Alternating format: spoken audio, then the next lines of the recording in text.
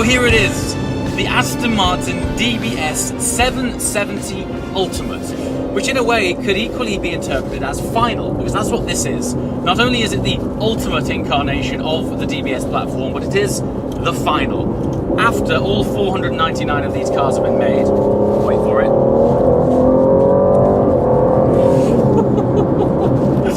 Yes, that's 300 of the coupes and 199 of the Volantes.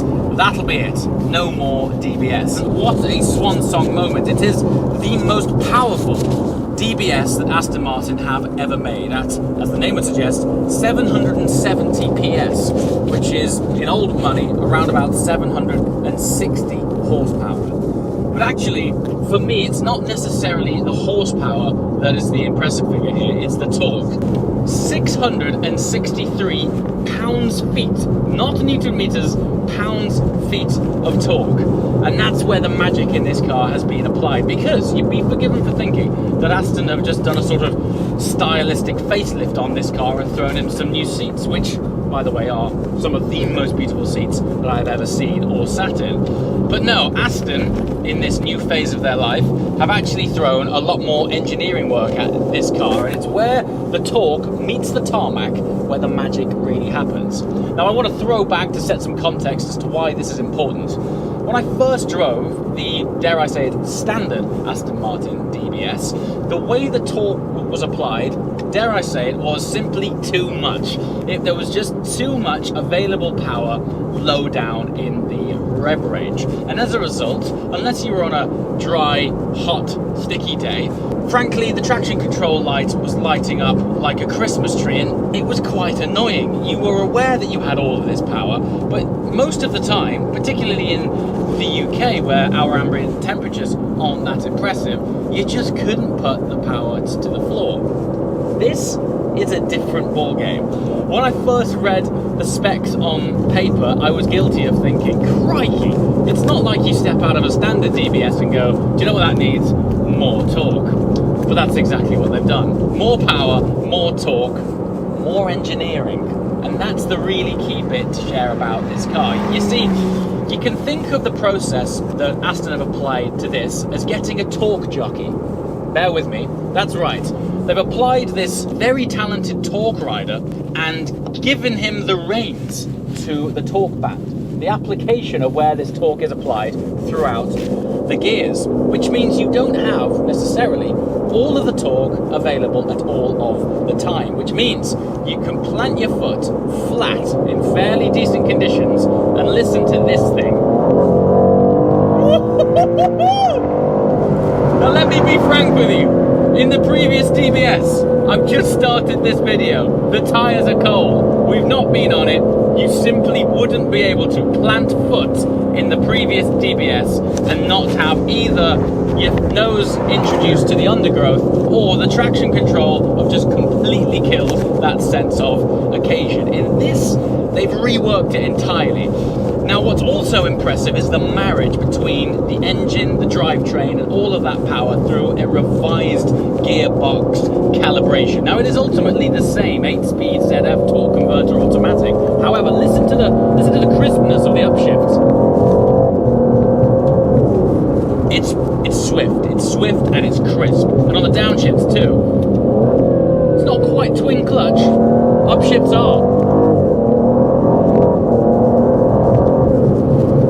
Honestly, it is amazing what is still available in the components that they put into a standard car. They've obviously had feedback and they've probably let it out of the door and gone, do you know what? If we just spend a little bit more time, a little bit more money, and a little bit more R&D on developing this component, that component, on paper, this is a classic case. On paper, doesn't sound a big deal. More torque, more horsepower, some new seats, it looks really cool. There's some thermal optimizing going on with that very Victor-inspired vent on the bonnet. But it's the nuances of the things that they don't tell you about, which is probably in their language the boring stuff about how they calibrated the ECU to sort of bleed torque in throughout the rev range so you don't get any unwanted torque slip. That stuff has made this car frankly terrifying in the wet to entirely usable. And in the dry, the power of this is now up there in the dry with with some of the punchiest of supercars.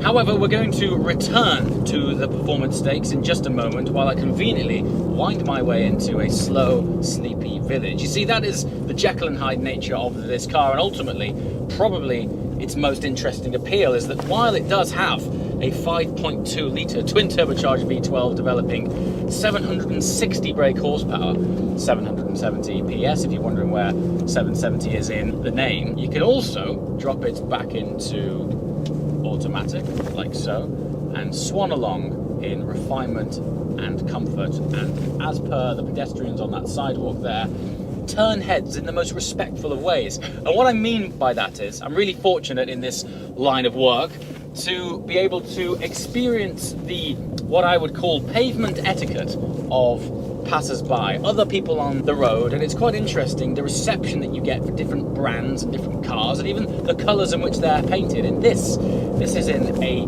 deep, rich, I think it might be ultramarine blue, and it just looks, as Miles Nurnberger, one of the most iconic designers of Aston Martin, once said to me, a brute in a suit. I think that must be the most appropriate description for this car, because it is exactly that. It is sophisticated in that it seems like it's been to a finishing school. However, when you press your sport button there and drop it down a few cogs, it'll do this thing.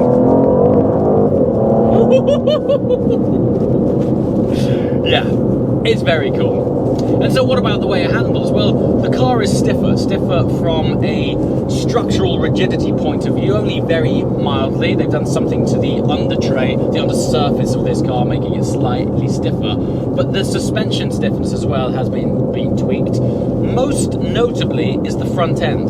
The front end turning on this. So what they've basically done here is done a very good job of balancing both ends of the car. On the one hand, as I just touched on, there is now much more traction available due to the torque management.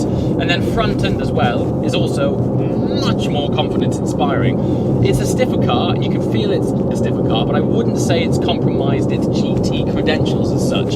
You just know that you're in something a little bit more akin to performance. Perhaps in the way that Ferrari approached the TDF to the 812 is perhaps the ethos that I could draw comparisons with Aston Martin from the DBS to the 770 Ultimate. It's just tweaked, it's just sort of on its toes a little bit more, it's a bit more alert, but I think the number one word here that I'm getting back from this experience is confidence. No longer am I thinking, God, when is this torque going to snap my head off? Nor am I sending it into a tight corner thinking it's going to wash out with any degree of understeer. And then combine that with this revised transmission, it's not quite twin clutch. And interestingly, drawing comparisons with Ferrari just now, you'd be right in thinking that this would be a direct competitor to something like an 812 Superfast. I would definitely say the transmission, being a twin clutch in an 812 Superfast, is definitely a more superior, I guess, driver connection. However, what this does very well is suits its purpose, which is, as a Grand Tourer, it does the sort of effortlessly wafting thing very, very well for having a more conventional auto. It really depends on what your use case is with the car. There's something I'm going to touch on now, though, that you can't Google. The stats or measurement for what I'm about to share isn't out there. It's not something that perhaps you can even get a gauge on, and that is how it makes you feel. Now, I don't know if that's just because of the Aston brand, the way this thing looks, the way it smells. Genuinely, Astons have a certain smell about them. But I'm just going to say it as it is. When I get in this car, I've had this now for the last 3 days, and I feel like a goddamn rock star. I can't explain it. It looks unbelievable. I think it's because it is this balance of refinement and aggression in one package. And I think the most defining feature of this is as you enter a 30 zone into a village, you feel respectful and you feel sophisticated. And then as soon as you see that national speed limit, you drop a cog, and you know you can do that with it. By the grace of Gaydon, these boys have done the magic. Now, in a way, it's a bit of a shame because I'll be totally honest with you, the Ultimate Edition feels how I hoped the standard DBS always should have felt. But I'm thankful that it's been acknowledged. I'm thankful that it's been changed. And truth be told, Aston as a company is in a totally different place, a different world from when they originally launched the standard DBS. So I get it, I totally get it. Now, if there was any criticism, it's this thing here, the infotainment system. The screen, it's beautiful, it's big, it has Apple CarPlay. However, what it doesn't have is the ability for me to touch it. And it's so inviting, and it's so 2023, and there's no touchscreen there. And I know while I'm driving this 315 grand Super GT that you're probably thinking, oh, what a first world problem. But it is exactly that. It is a first world problem. If I'm spending that kind of money, I do want a touchscreen to be able to go, hey, Spotify, play me some Kill Switch Engage, but can't do that. I have to go down here to a very old interaction system and clumsily move through all of the menus and then press physical buttons. Do you remember those things? Imagine that.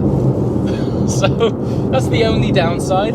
Truth be told, over the few days that I've been very fortunate to spend some seat time in this thing, the process to get around that is to sit in the car while it's warming up, plug your phone in to the little USB port down there, set everything up on Apple CarPlay so you've got your Waze on to your destination and you've got your Spotify on, and then let it go. Then it's fine. What would have made this car literally perfect is if there was upgraded infotainment. Now, we are on the dawn of the new DB11 launching. If they don't have a touchscreen or revised infotainment system in that, I'm going to take back everything I just said about the whole brand. It's the only thing. It's the only thing. And then there's just been one of the most complete, beautiful car experiences ever. Now, as you can imagine, making only 300 coupes, they're all accounted for. They are all sold. And honestly, I think when we look back in this particular chapter of Aston Martin, I think not only is it a very special time, because since DBS was launched and since this has come to the end of its life, Aston are in F1, and as we speak, they're doing pretty flipping well. And so I'm really, in a strange way, looking forward to looking backwards and going, yeah, this car marks quite an interesting moment in that brand's history. And I'll be up front with you, it's one of my favourite brands, and it's not anything to do with how they go, how they look, how they sound, or anything like that. It's the moment that I was speaking about back there. The way it makes you feel, it's just a beautiful brute in a suit machine that I'm so thankful that they've made. So anyone who's got one, congratulations, you're incredibly lucky. And anyone who hasn't, let's just give Aston a round of applause for taking what is one of their most iconic cars, turning up the width to 11 and celebrating it in full-on British style.